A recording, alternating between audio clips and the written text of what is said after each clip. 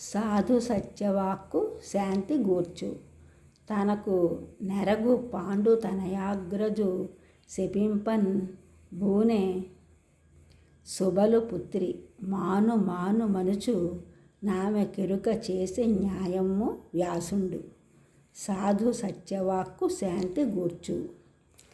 తనకు నెరగు పాండు తనయాగ్రజు శపింపన్ భూనె సుబలు పుత్రి మాను మాను మనుచు నామె కెరుక చేసే న్యాయము వ్యాసుండు.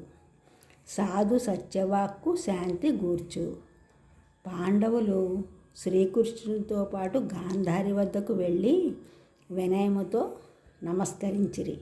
గాంధారి తన పిల్లలనందరినూ పోగొట్టుకున్న దుఃఖావేశముతో వారిని దీవించ మనసొప్పక శాపమీయదలచి ధర్మజుని చూచెను. ఆ క్షణంలో వ్యాసుడు ప్రత్యక్షమై కోడలిని చూస్తూ శపించవద్దు అనెను.